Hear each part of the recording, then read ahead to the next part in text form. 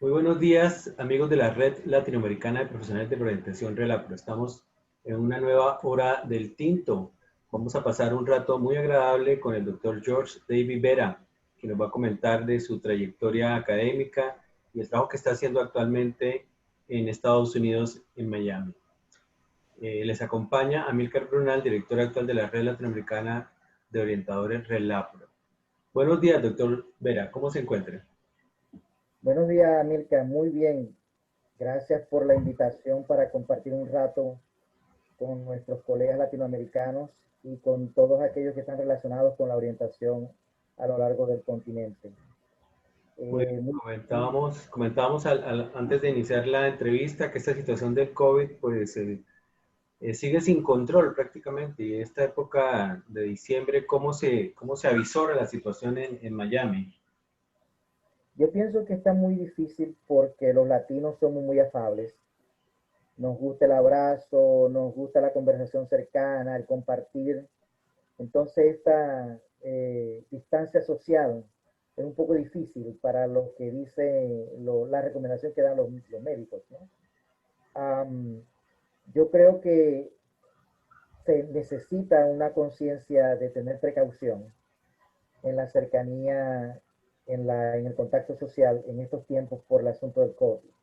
Y en diciembre, en la fiesta dicembrina, pues la celebración en familia, el compartir entre los conocidos y allegados, pudiera ser un momento que pudiera provocar un rebote del COVID en diferentes partes del mundo, ¿no?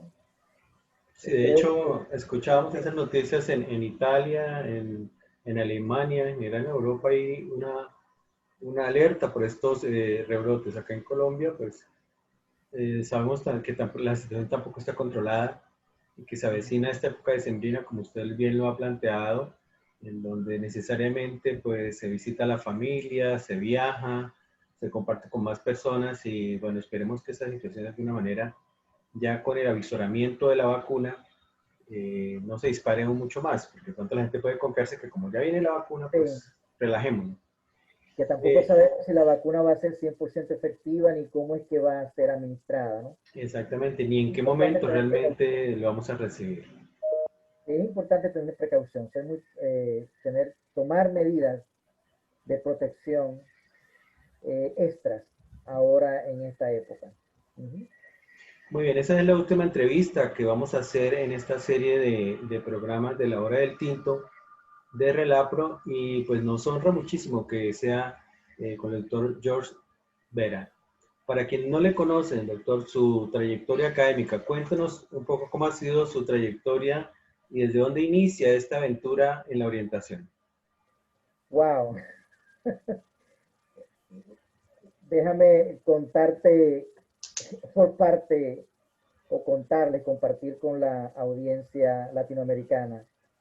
Eh, yo comencé en los trabajos sociocomunitarios a través de experiencias con colegas que eran psicólogos, trabajadores sociales, que eran orientadores de diferentes instituciones en el estado Zulia, en Maracaibo.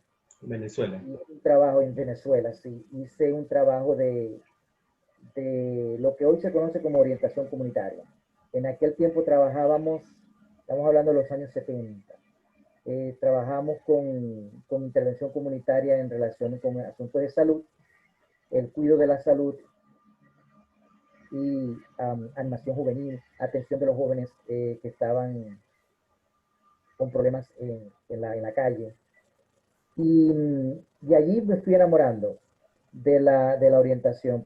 Pero también en esa época se fundó el Círculo de Orientación Mental Juvenil por un profesor muy preocupado por el profesor Tigelino Román. Él estaba muy preocupado en aquella época por lo que estaba pasando con los jóvenes. Estamos hablando finales de los 60, comienzos de los 70. Entonces él crea esta institución e invita a jóvenes, yo fui uno de ellos, de los fundadores, y otros más que estábamos interesados en, bueno, en esto de la orientación mental. y se llamaba orientación mental porque era sobre todo una formación en valores, una formación sobre valores cívicos, ciudadanos y personales, que llevaba a proyectar al individuo en el desarrollo de la vida, a proyectarlo como una persona de bien. Allí participábamos inclusive de diferentes denominaciones religiosas, de diferentes estratos sociales, estratos académicos. En fin, ese fue mi inicio. Y luego hice la carrera de la licenciatura en educación con la mención en orientación, con un énfasis en orientación personal. Esta carrera tiene el diseño de aquel entonces, combinaba la orientación educativa vocacional, la orientación personal y la orientación de la carrera. Entonces, esa fue la parte académica de los inicios. Disculpe que le haga una interpelación, porque justamente estamos tratando de hablar del pasado, el presente, pero también el futuro de la orientación. En el modelo latinoamericano justamente retomamos esos trabajos que se han venido haciendo, que ustedes venían haciendo desde tiempos anteriores.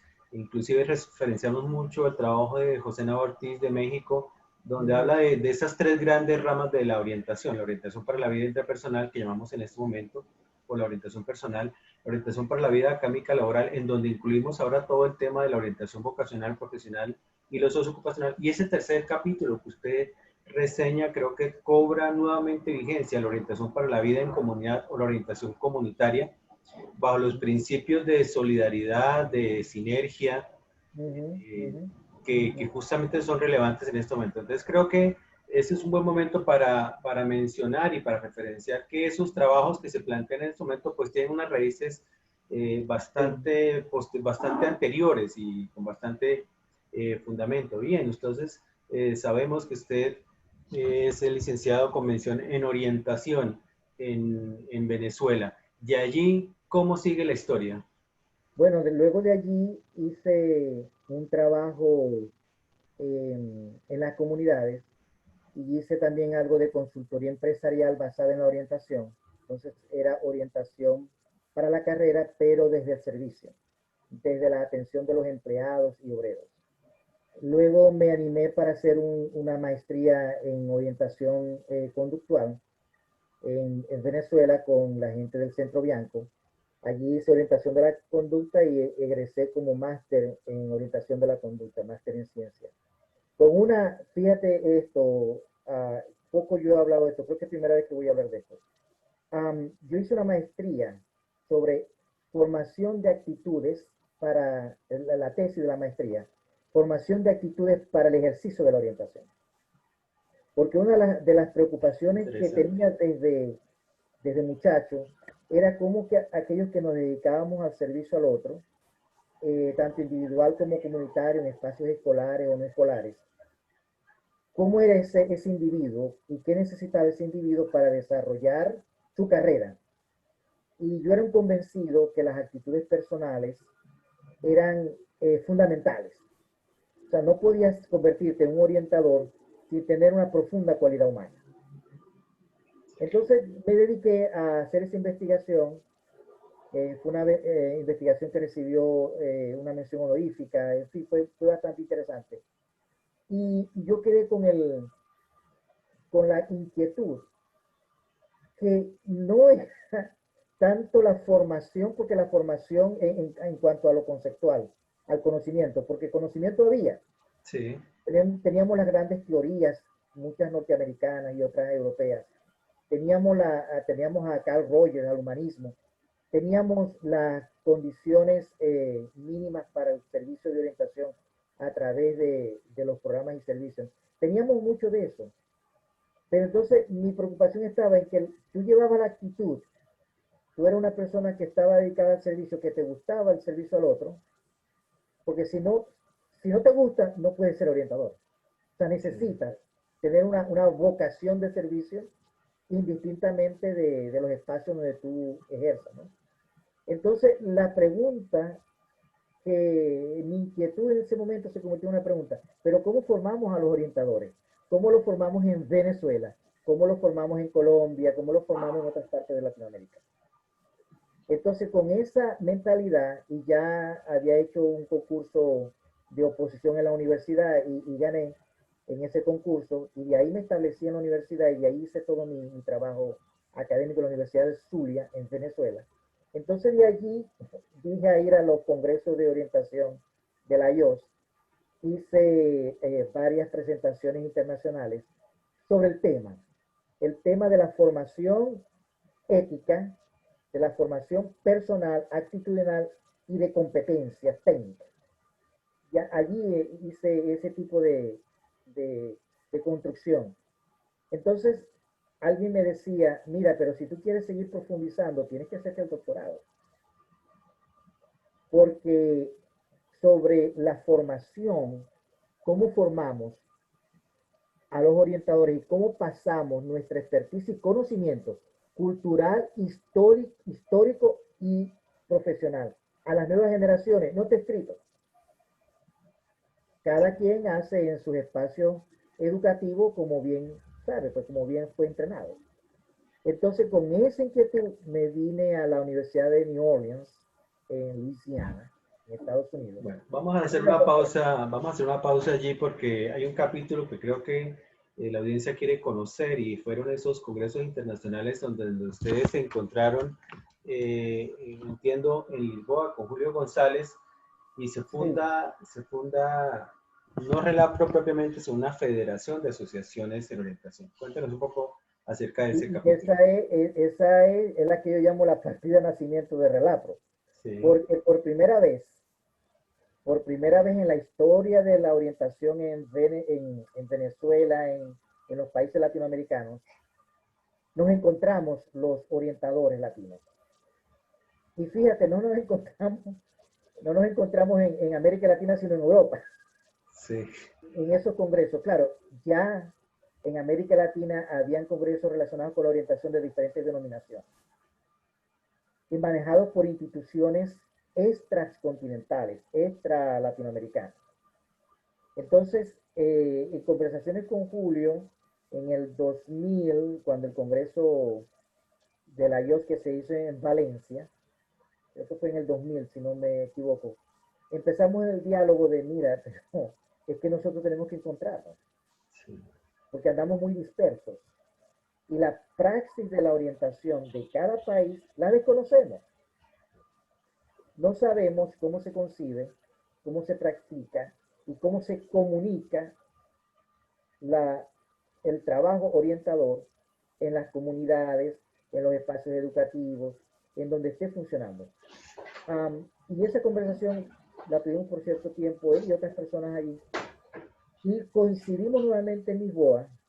Y entonces en Lisboa hicimos un forcejeo con la gente de la IOS.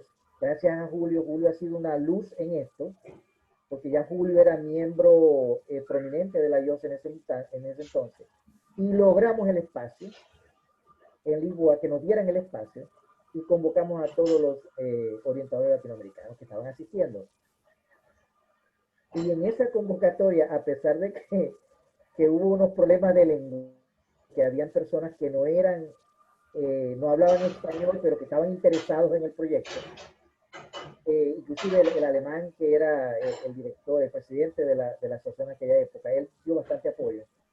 Entonces yo recuerdo que él quería como participar bastante en todo este proceso, y de hecho participó. Y allí, en esa convocatoria, hubo dos conceptos importantísimos. Declarar la orientación como profesión, declarar el reconocimiento de la orientación como profesión que se hace mediante formación académica, y declarar la importancia de la orientación para el servicio al otro y el desarrollo económico y social de los países. Perfecto, creo que me permite hacer un comentario, y es que actualmente la colega Shirley Osorio, que está justamente en su trabajo de doctorado en la Universidad Cuauhtémoc de México, plantea esa situación de que a pesar de que los orientadores que actualmente estamos en ejercicio en Colombia, específicamente el caso de su investigación, somos profesionales de diferentes campos, de la psicología, de la pedagogía, de la psicopedagogía, del trabajo social, inclusive de las terapias de lenguaje y terapias ocupacionales.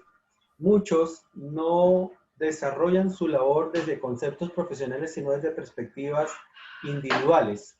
¿Sí? Me refiero al caso de que estamos retomando ese trabajo que ustedes han hecho en cuanto a una epistemología de la orientación que nos permita ser reconocidos y reconocer nosotros mismos como profesionales. Es eso, si bien le entiendo, la inquietud que ustedes tenían. Sí, de este último concepto, reconocer, encontrarnos, reconocernos y actuar. Porque la voz de orientación estaba sometida a diferentes perspectivas de cada quien, de las personas que se llamaban orientadores. Entonces, era como una orientación un poco amorfa desde la concepción profesional. O sea, la episteme allí es la episteme de fondo sobre el ser mismo de la orientación. Y sobre eso tuvimos mucho debate y se hicieron ponencias, por cierto, en diferentes congresos. En aquella época había todo un movimiento de pensadores que estaban elaborando y construyendo desde la realidad, ¿no? Desde allí, nosotros tuvimos la oportunidad de participar en un proyecto sobre socioantropología de la orientación. Oye, Amilcar, y se descubrieron una cantidad de fuentes que alimentaron a la orientación desde tiempos inmemoriales, pero que no estaban reconocidos. Entonces, del pensamiento, por ejemplo, griego, de los pensamientos indígenas autóctonos de nuestra latinoamericanidad, nosotros encontramos que habían prácticas de orientación y que eran prácticas que se reconocían.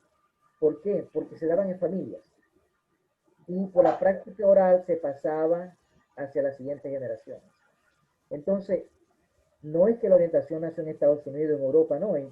Toda cultura tiene unas manifestaciones de prácticas orientadoras. Prácticas orientadoras para la vida, prácticas orientadoras para el ser, para las relaciones. Y ese tipo de lo que yo llamé socioantropología de la orientación, eso no ha sido muy bien reconocido todavía, no ha sido muy bien investigado. Sí, muy bien, un colega, discúlpeme, un colega de Sudáfrica, no sé si se le conoce, Max Sefoto, de la Universidad de Johannesburgo, justamente nos encontramos en Buenos Aires en el 2017, era prácticamente el segundo congreso que organizaba Relapro y realmente el único congreso que hemos organizado por nuestra propia cuenta en la Universidad de Buenos Aires, con el patrocinio, básicamente la dirección de nuestra colega Silvia Gabriela Vázquez, en la Universidad de la Marina, la UDEM, planteaba justamente ese concepto de orientación para la vida y usted creo que aporta un elemento muy importante. No es exclusivo de la orientación académica hablar de la orientación para la vida, cuál es el tema central ahorita de nuestro modelo, y recuperar esa visión antropológica de que toda cultura tiene el concepto de orientación para la vida, pero que académicamente nosotros tenemos que construirlo. Allí vamos en ese tema de orientación transicional para el sentido ético de la vida. Entonces, eso para empalmar un poco lo que usted está comentando con lo que estamos haciendo en el momento. Usted me dice que de allí hay un salto al doctorado y obviamente eso implica un nivel académico y un trabajo epistemológico más profundo. ¿Cómo fue esa transición? Difícil. Fue bastante difícil porque a pesar de que yo ya hablaba bastante inglés, porque desde pequeño estuve expuesto al inglés y a otros idiomas, la cultura, llegar a hacer los estudios avanzados desde la perspectiva norteamericana, el counseling norteamericano. Y esa es otra cosa que se ha desdibujado, ¿no? Cuando en Latinoamérica se piensa de counseling, solamente se piensa en el counseling estrictamente clínico, y no es así. Porque el counseling tiene una definición mucho más profunda, más histórica, más cultural. Fíjate que cuando tú buscas las raíces etimológicas del counseling, tiene que ver con el concilio, con el consolar. Entonces resulta que eso se desdibujó. Y el counseling en, the US, en los Estados Unidos, el counseling germina, no como he visto por allí que dicen algunos, germina en la psicología de la salud mental. No, no, no. Termina el guidance. Termina en la propia orientación, desde la propia orientación. Entonces es una rama que se va transformando por el tiempo y ahora la usanza es counseling. Así que contemporáneamente, cuando analizamos los orígenes históricos más la práctica contemporánea, el counseling sí representa un entendimiento para nosotros de orientación, de lo que nosotros conocemos como orientación. En fin, cuando llego a la Universidad de New Orleans, yo no llego a New Orleans, llego a la Universidad Estatal de Luisiana, en la capital de Luisiana, Baton Rouge. Allí empiezo un entrenamiento en inglés y demás, y mi esposa y yo, los dos somos counselors, los dos hicimos el doctorado juntos. Yo hice la orientación de la salud mental, ella hizo la orientación académica y vocacional del estudiante. Fueron dos diferentes concentraciones o lo que se llama especializaciones. En fin, nos dimos cuenta que el doctorado no estaba ahí en Baton Rouge, en Luisiana, en North, y nos mudamos de universidad. Fue increíblemente oportuna la decisión, porque allí tuvimos la oportunidad de conocer gente que se formó con Carl Rogers, gente que tuvo formación con Albert Ellis, gente muy conocida por ser pensadores, teóricos, como Barbara Herlihy. Ella es una teórica de la ética de la orientación. O como el doctor, como la doctora Diana, que fue una ex estudiante de Rogers.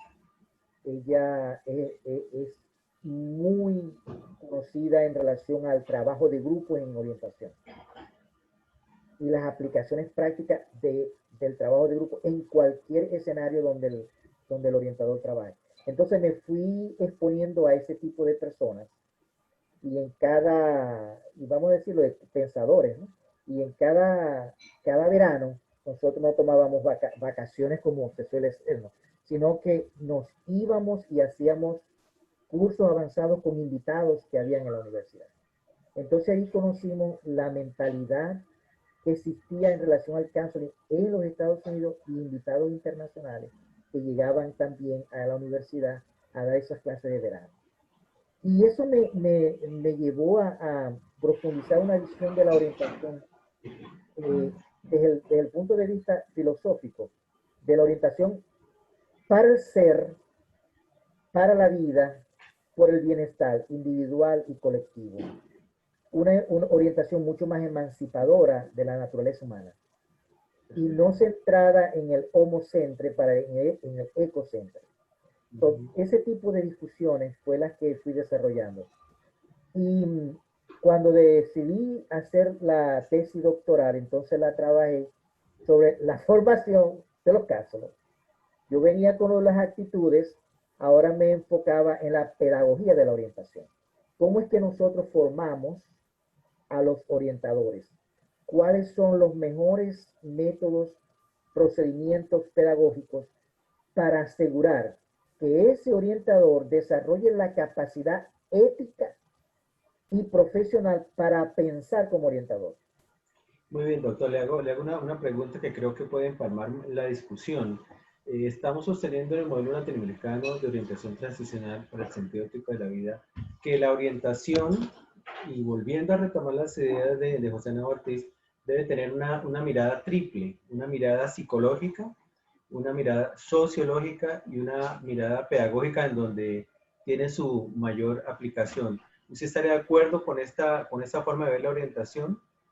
Yo añadiría allí que necesitamos agregar un poco más de sabor en lo antropológico, Sí. en lo específicamente cultural y en lo trascendental espiritual. Perfecto, sí. Muchísimas gracias. Sí, justamente estamos en ese tema de la construcción epistemológica de la orientación en donde hacemos una autocrítica. Creo que seguramente usted conoce las autocríticas de la orientación. Una de ellas es el psicologismo que predominó en determinado momento y un psicologismo psicométrico extremo en donde se consideraba básicamente que era lo único que había que hacer en orientación, pero también una carencia filosófica de lo trascendental, la búsqueda por el sentido de la vida, la búsqueda por la trascendencia y la búsqueda por un sentido en general. Inclusive le metemos ahí el tema de la búsqueda de la felicidad. Bien, a partir de esa investigación, a partir de ese doctorado, ¿cuáles son sus conclusiones, además de las que ya nos ha comentado?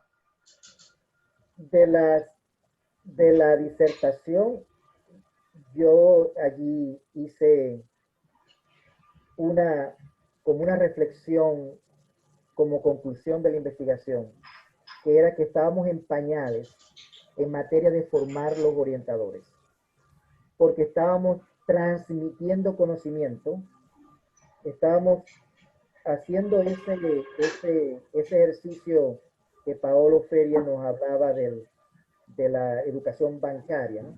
Sí. Estábamos depositando conocimiento, pero no estábamos trabajando con la persona. No estábamos trabajando con los valores, con el desarrollo de la criticidad, del pensamiento reflexivo, no estábamos trabajando con la capacidad relacional, no estábamos trabajando con la capacidad de entendimiento sobre los asuntos propios de la vida. Entonces, el gran ausente en esa pedagogía, que era una pedagogía prescriptiva, era la cultura y la realidad sociohistórica del individuo, donde ese joven que se estaba formando orientador estaba siendo simplemente un receptor. Ella allí desarrolló un modelo pedagógico para la orientación, que es un modelo crítico reflexivo para la formación de capacidades personales y profesionales. Y allí generé unos modelos de supervisión para el desarrollo de esas capacidades. Y trabajé en Argentina, en Nicaragua, en Cuba, con el modelo, además de Venezuela.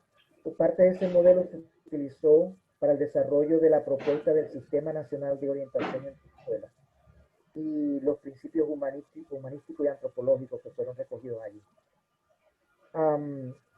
Y todavía a este punto de la vida, yo pienso que estamos todavía en pañales, amigos, porque esa tarea de los fundamentos filosóficos, históricos y culturales de la orientación latinoamericana todavía falta por hacer mucha reflexión, mucha construcción compartida. Sobre eso hay una publicación que creo compartir contigo, que sacó una revista cubana, sobre la revista de psicología cubana, sobre los retos de la orientación latinoamericana. Allí hago una discusión de unos 10 temas relacionados con esos retos. Y los retos están en parte de esta conversación. Y América, ayer, mira, para compartir esto con nuestra audiencia, ayer fui invitado para ser el presentador principal de la Asociación de Orientadores Africanos de Nigeria. Y tienen la misma problemática, la misma discusión que estamos dando, la búsqueda, el develar, porque yo pienso que es una construcción compartida, ¿no? Es histórica, es cultural, pero es develar, hacerlo visible para que trascienda. Mire, y tienen la misma problemática de ese desconocimiento en cuanto a que no tenemos que ir muy lejos para reflexionar sobre la orientación, porque lo tenemos aquí alrededor.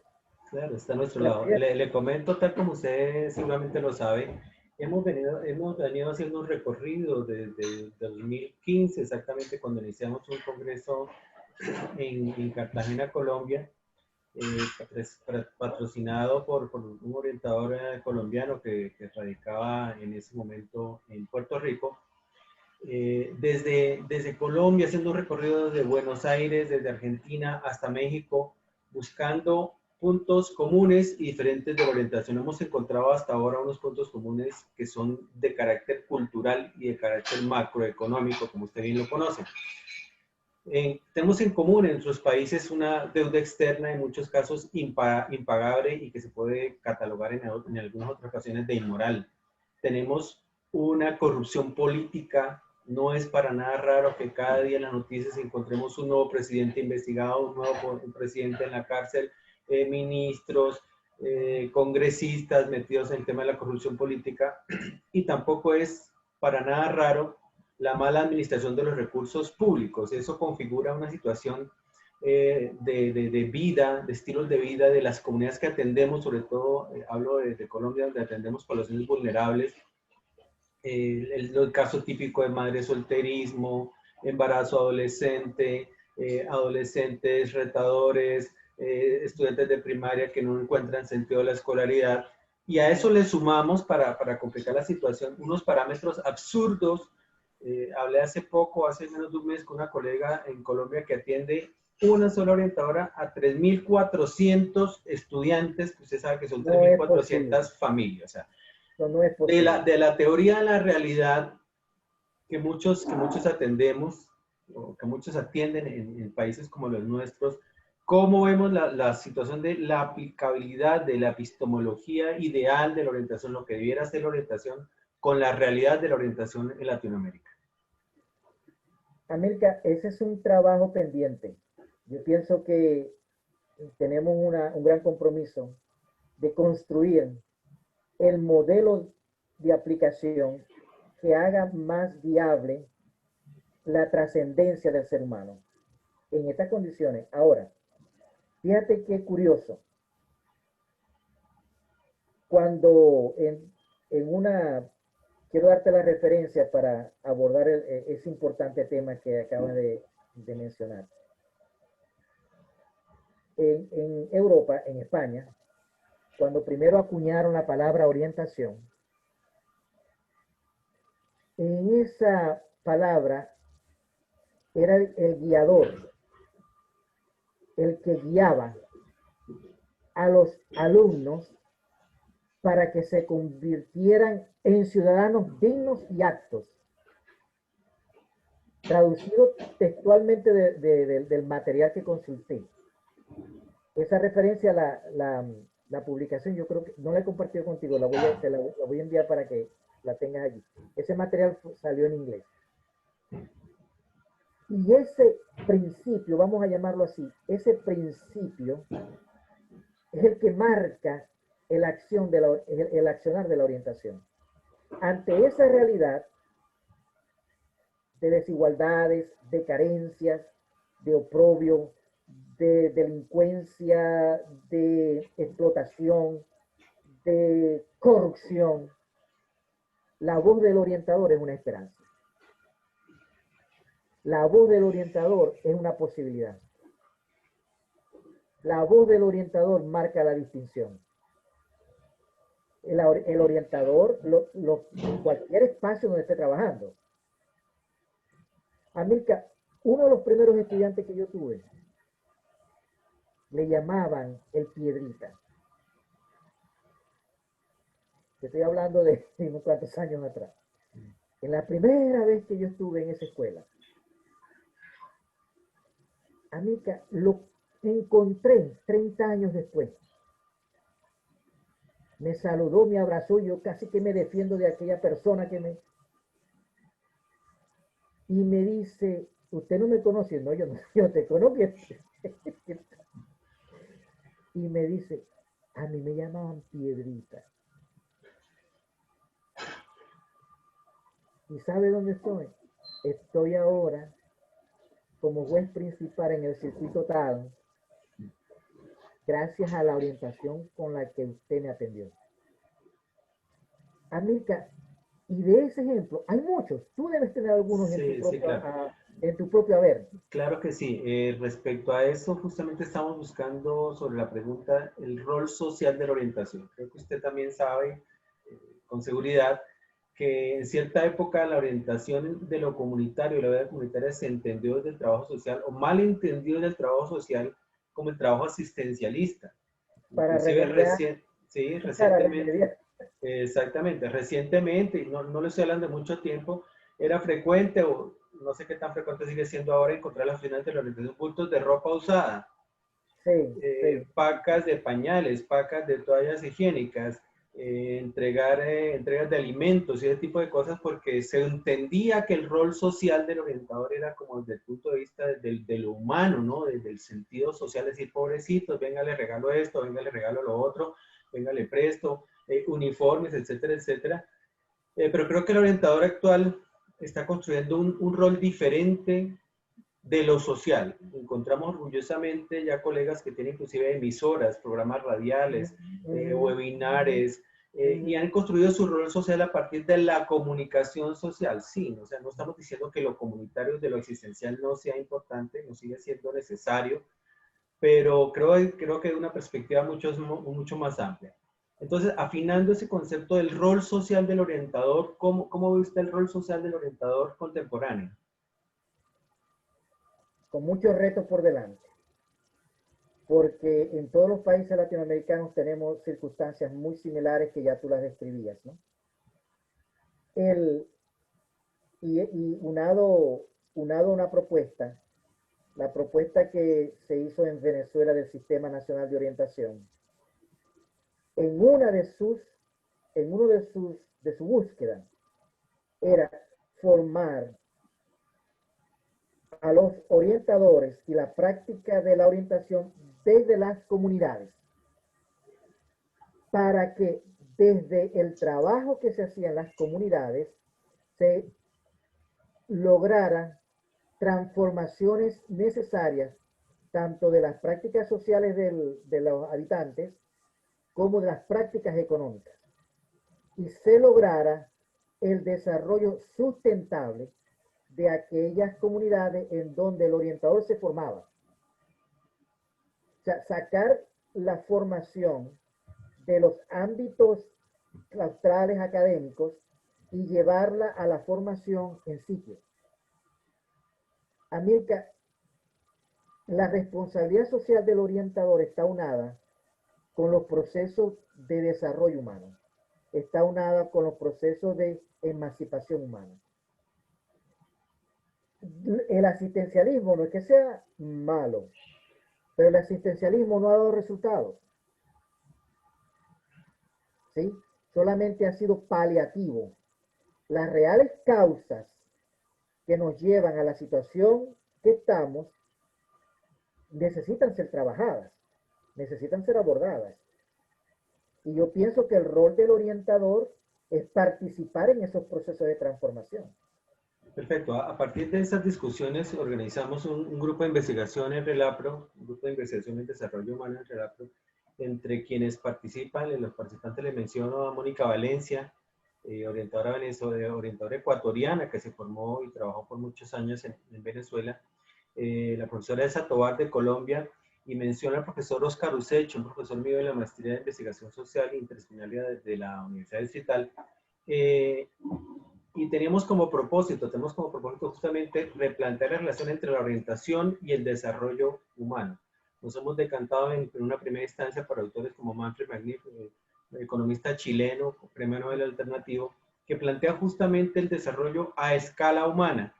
Esa es una perspectiva. Le hemos venido agregando, sobre todo a partir de la colaboración de estas colegas que menciono, el estudio del modelo del buen vivir, el Abya Yala, el Summa Quamsai, que se menciona en diferentes culturas amerindias. Y a partir de eso hemos elaborado unos conceptos de la orientación comunitaria a partir de lo solidario, de la economía solidaria, principalmente, que incluye el trueque, que incluye la minga, que es un trabajo colaborativo. En algunas instancias hemos encontrado que este tema de la economía solidaria o está mal entendida o está mal interpretada, produciendo un desprestigio de lo que significa realmente la economía solidaria. ¿Qué opinión le merece usted el tema de la economía solidaria, así como muy en términos generales? América, si no se acompaña la formación de un talento para la productividad y la sustentabilidad, la economía solidaria queda escasa, porque entonces alguien sirve para alguien. Y no es la idea. Ahí la ecuación no es igualitaria. Es decir, no está equiparando las posibilidades de los individuos. Entonces, cuando algunos pueden producir y otros no, ¿qué ocurre con aquellos que no? O cuando haces un proceso de trueque, ¿qué ocurre con aquellos que participan en el trueque, pero es desventajoso para uno de ellos? Entonces tenemos muchas de esas, yo las llamo amorfoidades, ¿no? Son amorfos, que no tienen el principio el que yo considero, que es el principio de la autosustentación del individuo. ¿Cómo es que se hace acto para la vida y para la vida productiva? ¿Cómo es que entiendo yo que el aporte que yo hago a la sociedad, al colectivo, es uno entre muchos? Y no de unos sí y otros no. Entonces, yo conozco un poco del tema por los proyectos que se hicieron en Venezuela sobre la economía comunitaria y solidaria. Y asesoré algunas tesis doctorales que abordaron ese tema. Y la falla, Amilcar, no estaba en el sistema, sino en el individuo, el pensador detrás del sistema. ¿Cómo Lo puede, ético podría ser, el cómo componente ético, ¿se refiere usted al el componente ético? componente, el componente ético axiológico, la práctica deontológica, ¿yo? Tú sabes, esa práctica de que sirvo porque mi obligación moral es el servicio,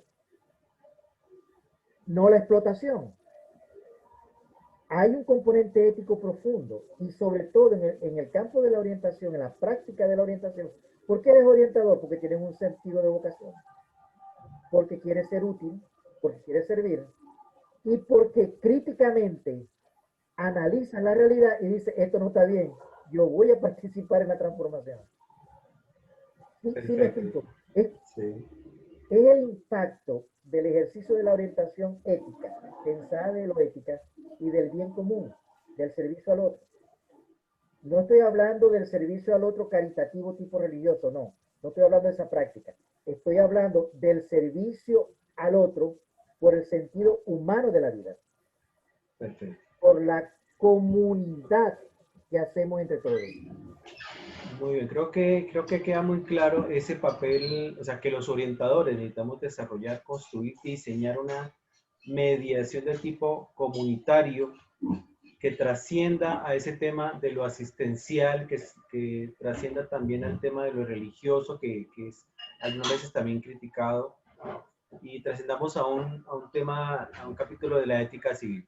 Pero quisiera aprovechar estos últimos minutos, 10 minutos que tenemos, para que hagamos un salto a la situación actual de su trabajo de investigación en salud, orientación y salud. Coméntenos un poco acerca de eso y cómo podríamos los orientadores latinoamericanos vincularnos con esa investigación.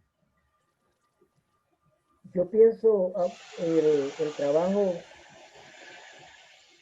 que hacemos en orientación, sea vocacional, académica, ocupacional, de la praxis orientadora, todos tienen como fin, como fin, potenciar la salud del individuo, el desarrollo saludable de la vida. Entonces, desde la perspectiva de la orientación para la salud mental, se entiende el desarrollo de tus propias capacidades como individuo que manejas saludablemente tu vida. Entonces, podemos usar muchas etiquetas diagnósticas y como lo usan los colegas de psiquiatría, de psicología, etc. El centro es que la salud personal tiene que ver con tu salud mental, tu salud espiritual o de trascendencia, tu salud social. Entonces, en la práctica que yo hago, tanto en la práctica como en la investigación, yo me enfoco en el desarrollo de las capacidades críticas y reflexivas del individuo que sustentan su desarrollo saludable para la toma de decisiones, para discernir cuando tengo yo un problema de salud mental, que es otra cosa, que necesito ayuda para resolverlo, cuando estoy haciendo actividades que no favorecen el estado de mi salud mental, cuando me involucro en actividades que impactan negativamente el desarrollo de mi vida o de mis seres queridos o de la sociedad. Entonces yo he estado en esa reflexión y en este momento estoy trabajando desde la perspectiva de la orientación para la salud. Y recuerda, salud personal y social. Me estoy enfocando en los procesos de cómo entendemos esa salud desde un enfoque multicultural y multilingüístico. Porque lo que es saludable en mi pensar, en mi conducta, a lo mejor no es saludable en el pensar y la conducta de otra persona, en otra sociedad, en otra cultura. Entonces es una discusión que está bastante por hacerse, apenas está en construcción. Bien, recientemente se organizó un evento, pues se han organizado muchísimos eventos, pero en torno a la salud desde República Dominicana. Yo presenté una tesis inicial en el tema de la búsqueda de la felicidad. Creo que todos vamos sobre el tema de la búsqueda de la felicidad, la búsqueda del bienestar, pero desde una perspectiva muy instrumentalista, podemos decir muy occidentalista, casi que romántica, desde un horizonte se nos aleja permanentemente y que tenemos que buscar la olla al final del arco iris, digo yo literalmente, pero yo presento la otra alternativa. Si yo llegara como orientador a hablar de la felicidad, una institución educativa en donde hay una comunidad deprimida, como lo que comentábamos, la vulnerabilidad típica del madre solterismo, del embarazo adolescente, inclusive de la predelincuencia adolescente, etcétera, etcétera. Pues como que me mirarían un poco raro, ¿no? A menos de que tenga un sustento muy sólido. Pero creo que a partir de la búsqueda del sentido, la mirada de Víctor Frank, Yeah. que desarrolló toda su teoría a partir del sufrimiento, en El los sufrimiento y el dolor. ¿sí? A partir del dolor, a partir del sufrimiento, a partir de situaciones que nos apabullan, estar encarcelado, estar a puertas de la muerte, etcétera, etcétera. Creo que nos da una posibilidad un poco más amplia de esa búsqueda de una salud mental, tal como usted la está planteando. ¿Cómo se relaciona ese tema de la búsqueda del sentido, la construcción de sentido, como él la planteó? Y estoy de acuerdo cuando pensamos que todos estos procesos que tú has mencionado, embarazo precoz, divorcios, delincuencia, jóvenes que quieren ser traficantes, Sí. cosas que ya tú y yo conocemos de nuestra realidad latinoamericana. Todos estos procesos han deshumanizado el sentido de la vida y han hecho que se pierda aquello. En esa búsqueda, en esa construcción filosófica y pedagógica en la que yo me he arraigado, he encontrado en los peores lugares, América, he entrevistado personas. Lo hice en Buenos Aires, lo hice en Cúcuta, por cierto. Lo hice en Managua, lo hice en varias partes. La pregunta sobre cómo es que tú disfrutas tu vida. De gente extremadamente pobre, carente de muchas cosas, con un entorno tan difícil. Y para mí demostraban un sentido de felicidad que yo no entendía. Y hubo una persona que me dijo, para hacer la historia corta, ¿sabe por qué yo me mantengo alegre, contenta? Porque cada día me digo que estoy viva. Y cada vez que respiro, digo, ay, respiro y a nadie tengo que pagarle por esto que respiro. Hay una filosofía profunda que esa felicidad no está ajena, no está externa, es parte de la naturaleza humana. Solo que hay un montón de cosas en el sistema que nos ha ha provocado una deshumanización, una desconexión de esa realidad. De la vida. Como tú decías, Víctor Frank lo vio perfecto. No es que era un sobreviviente, es que era un viviente de aquello. Y le consiguió sentido a su vida. Exacto.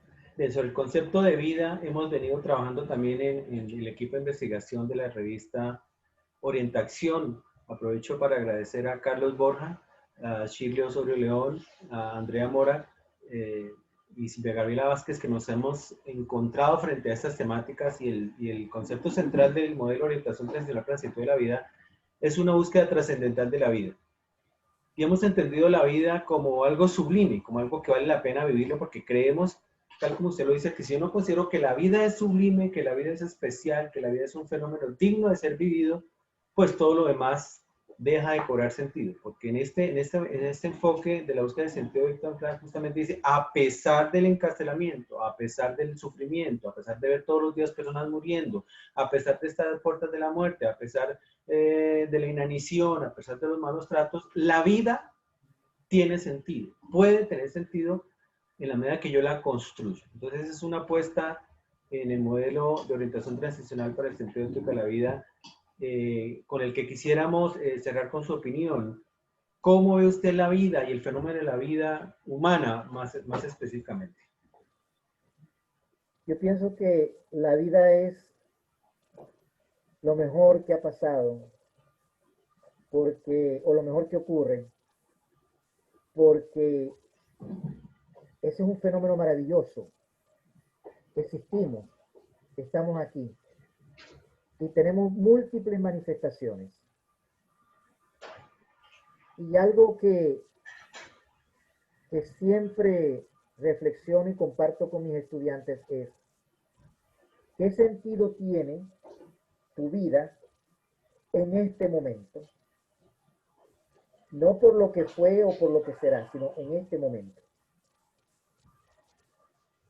Y estos nuevos orientadores con los que estoy trabajando, estas nuevas generaciones, de hecho, escucho una simple respuesta. Soy un sueño y un porvenir. No me responden, y no quiero responderte con cosas materiales, superfluas, que el doctor, la maestra, desembarazado de todo eso. La vida es un sueño y un porvenir que se construye día a día. No que te lo construyen, no que te lo imponen como ha ocurrido, sino que está en ti. El que tú lo construyes. Lo construye porque está en ti. Ese sentido, y pienso para aunar la idea, ¿no? Ese sentido de la vida y el servicio que tenemos los orientadores es una manifestación de un sueño. Y de un sueño que tú vas recogiendo a lo largo de la vida porque vas viendo los resultados.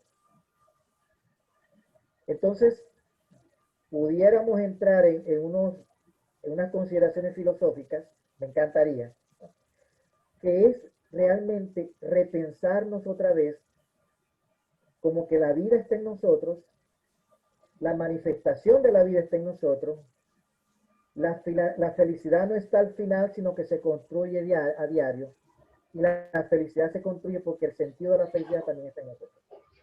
Entonces, ese tipo de pensamiento filosófico que pudiera servirle, pudiera ser visto como que es como muy romántico. Mira, podrá ser muy romántico, como le conté a una persona,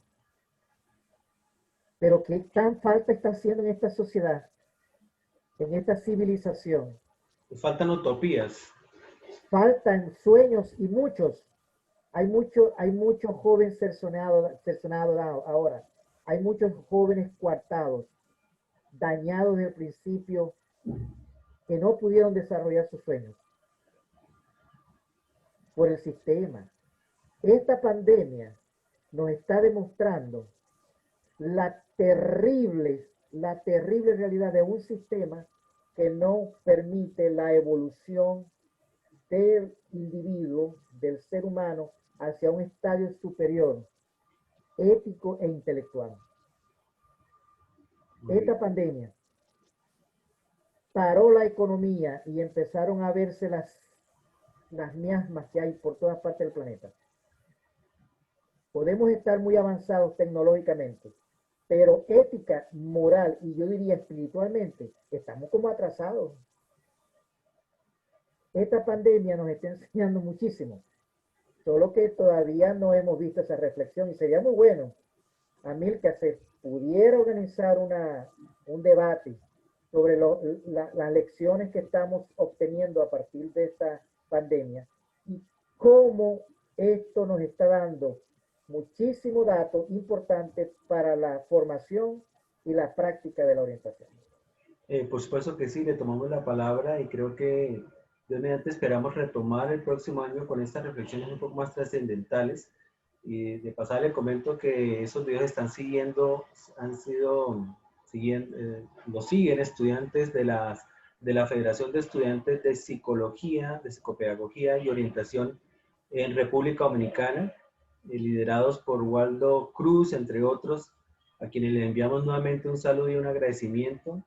Ya para cerrar este video, diciéndoles, bueno, esperamos continuar con esta hora del tiempo por lo menos una vez a la semana para el próximo año, donde retomamos estas discusiones profundas de la orientación, donde esperamos que la orientación trascienda ese carácter instrumental dentro de ese mundo industrial de remitir casos y procesar casos como casi que procesar salchichas uno tras otro, en la búsqueda de una orientación mucho más humana y humanizante. Entonces agradezco a todos nuestros seguidores quienes han estado pegados de estas transmisiones. Es como más o menos la entrevista número 20 que realizamos. Y vuelvo y digo, la última de este año con la que cerramos con broche de oro con la participación del doctor George Vera. Doctor, vamos a estar en contacto con usted permanentemente, con sus documentos, van a estar pegados aquí los links a la pie de este video y le agradecemos nuevamente por esta enriquecedora, muy enriquecedora conversación y le deseamos una feliz Navidad. Doctor Vera, muchísimas gracias.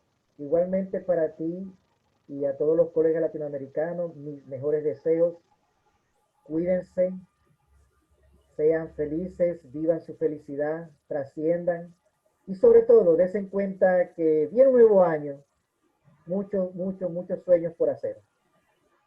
Muchísimas gracias. Les habló Amilcar Pronal para la Red Latinoamericana de Profesionales de Orientación RELAPO. Muchas gracias.